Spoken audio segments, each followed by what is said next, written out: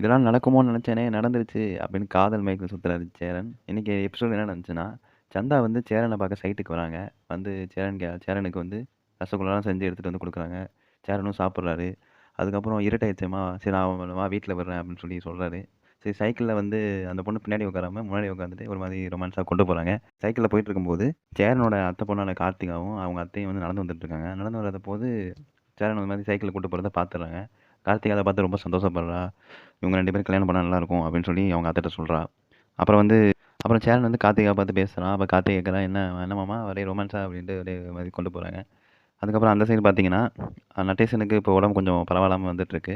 அவன் நட்டேசன் கேட்குற நிலாவ பார்த்துட்டு, "இங்க இருக்கிற எவனுக்குமே என் மேல அக்கறை கிடையாது. ஏன் உனக்கு மட்டும் அப்படி அக்கறை இருக்கு?" அப்படின்னு சொல்லும்போது, பாண்டியன் சொல்றான், "நீங்க குடுத்தா தானே நாங்க குடுக்க முடியும்." அப்படின்னு வந்து சொல்றாங்க. நிலாவும் கரெக்ட் அப்படின்னு சொல்லி சொல்றாங்க. இதுக்கப்புறம் வந்து சோழன் வந்து ரொம்ப மாரி டென்ஷனாவே இருக்காது அப்படின்னு சொல்லிட்டு, இவங்க எல்லாருமே வீட்ல இருக்க எல்லாரும் கேட்குறாங்க, "ஏன் ஒரு மாரி டென்ஷனா இருக்கன்ட்டு?" இவர் வந்து இந்த மாதிரி சமாளிக்கிறாரு. என் ஓனர் வந்து அங்க போ, இங்க போன்னு சொல்லிட்டு இருக்காரு. நான் சண்டை போட்டேன். அதனால தான் ஃபோன ஸ்விட்ச் ஆஃப் பண்ணி வச்சு போயிட்டேன். ஒரு மாரி டென்ஷனா இருக்கேன்னு வந்து சொல்றாரு. அதுக்கப்புறம் பார்த்துக்கிட்டிங்கன்னா, காயத்ரியோட ஃப்ரெண்ட்ஸு சோழனோட வீட்டுக்கு வராங்க. சோழன பார்த்து, "ஏன் பேச மாட்டேங்கிறீங்க காயத்ரிட்ட? அந்த பொண்ணு ரொம்ப சென்சிட்டிவ்.